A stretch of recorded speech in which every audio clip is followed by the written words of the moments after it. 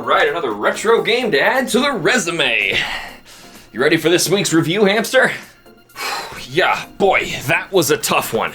Barely got through it at all. Huh? I mean, sure, NES games are hard, but I didn't think it was all that bad. Are you serious? What with that bogus wind, faulty springs, and poison mushrooms? You mean the flying carpets, sand traps, and vegetables?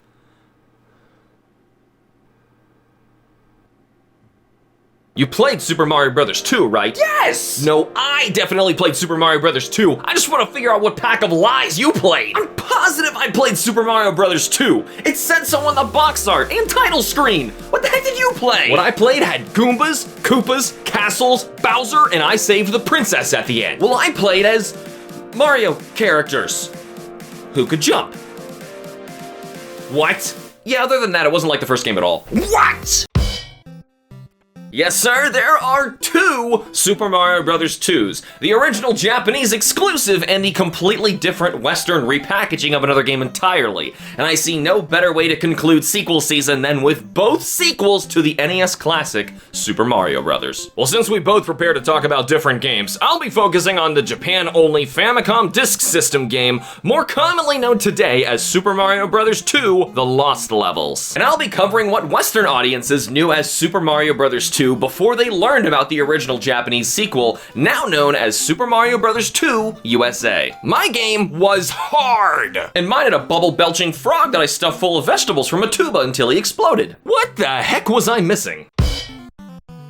In Lost Levels, you'll be playing a very traditional recreation of the original Super Mario Bros., but with more challenging levels and mechanics that range from cruel trial and error beginner's traps to completely unfair platforming challenges. Whereas Mario 2 USA is nothing like the original at all. It's actually a reskin of the existing Japanese release Doki Doki Panic, with Mario character sprites instead of the original cast, and a run button.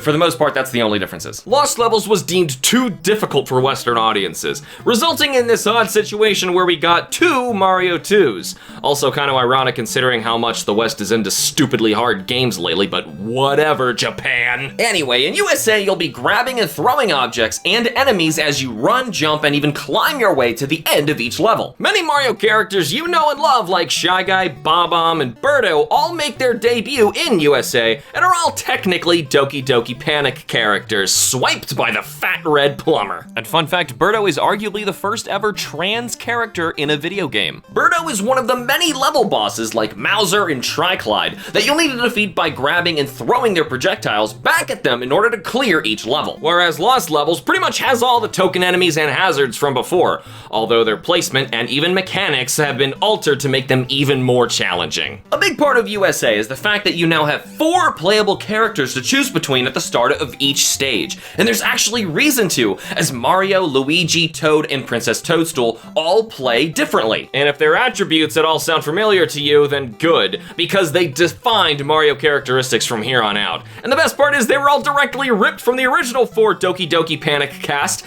Imogen, Mama, Papa, and Lena. Mario can run fast, Luigi can jump high, the princess can float, and Toad can dig fast. Okay, scratch the digging thing, but come on, it's all the same today! Mario and Luigi even have their staple weight differences, as Mario falls fast while Luigi is floaty in the air, making him and the princess ideal choices for nearly every stage. Anyway, Lost Levels isn't anything like that. It plays like a gauntlet of extreme trials, like looping levels with secret exits, springs that launch you a mile high, wind that can blow you off course, hidden platforms, and even enemies with sporadic levels of bounce heights they might send you after jumping on them. Some send you flying up high, whereas others, like sinister paratroopers, can send you careening straight down into a bottomless pit. Sure, there's some challenging level design in USA as well, but it's greatly alleviated by selecting the right character for the job. Plus, there's plenty of secret warp zones and bonus minigames awarding extra lives to help make the game a little more cozy. Lost Levels has warp zones too,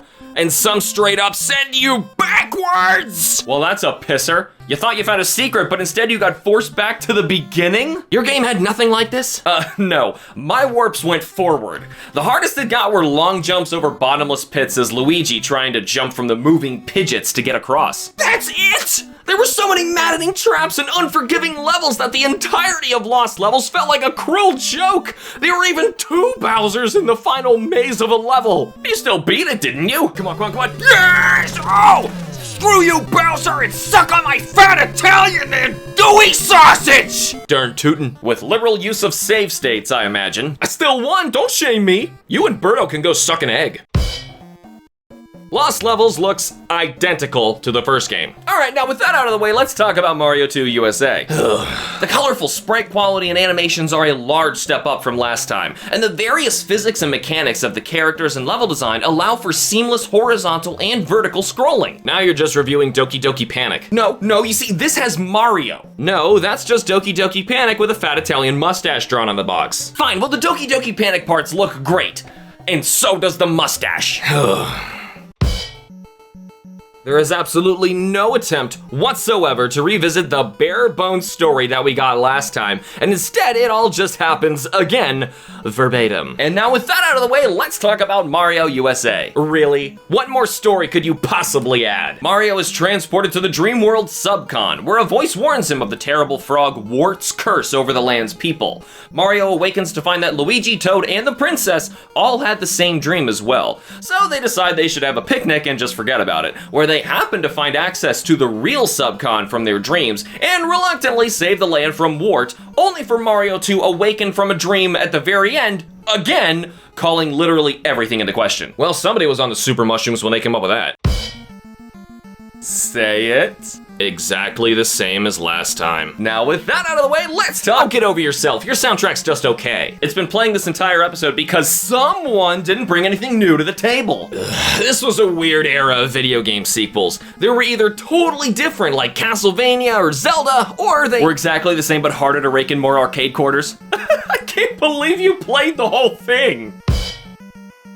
At the end of the day, I'm not sure how I feel about Super Mario Bros. 2. Doki Doki Panic. The game's fine and all. It just never stood out to me as fun or memorable enough of an NES title to recommend to anyone. And Lost Levels really is just more of the arcade classic that I loved, just starting at what feels like World 9-1 and going up from there. It's fun enough with save states between levels, but not exactly something I'd recommend either unless you hate yourself. And with that optimistic outlook, let's rate these 2 Mario 2s. The positive gamer in me rates the Doppler Super Mario Bros. 2 USA with a middle-of-the-road 5 out of 10. It was fine enough for a single playthrough, but give me 1 or 3 any day of the week over this odd relic of gaming history. The critical gamer in me finds Super Mario Bros. 2 USA to be worth a decent enough 6 out of 10. It's a slightly above average NES title that gets awkwardly remembered for being America's Mario sequel and not the Japanese creative ethnic platformer that it truly is. And the positive gamer in me finds the region-locked Super Mario Bros. 2 The Lost Levels to be a fun enough, challenging arcade expansion landing on a 7 out of 10. As a big fan of the original, discovering new levels is just a treat, regardless of how infuriating some of them are. But the critical gamer in me gives the real Super Mario Bros. 2 an indifferent 6 out of 10.